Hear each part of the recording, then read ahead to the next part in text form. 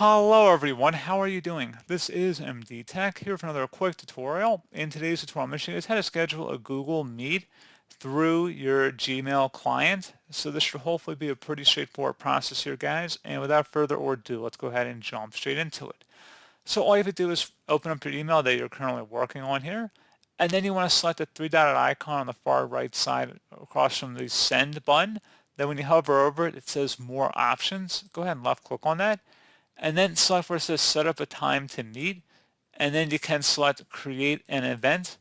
At this point, go ahead and access the calendar here and select a date, time, and a range and so forth. You can add the number of guests you want to include in here as well. If they have the email addresses, type them in.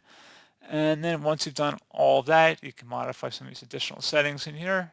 And you can also add additional notifications if you want notices to be sent out so much time before the actual event is scheduled to begin. And then once that's done, you would select Save.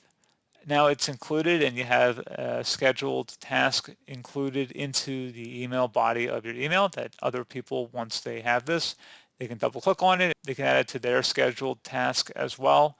So pretty straightforward process on that, guys. And as always, thank you for watching.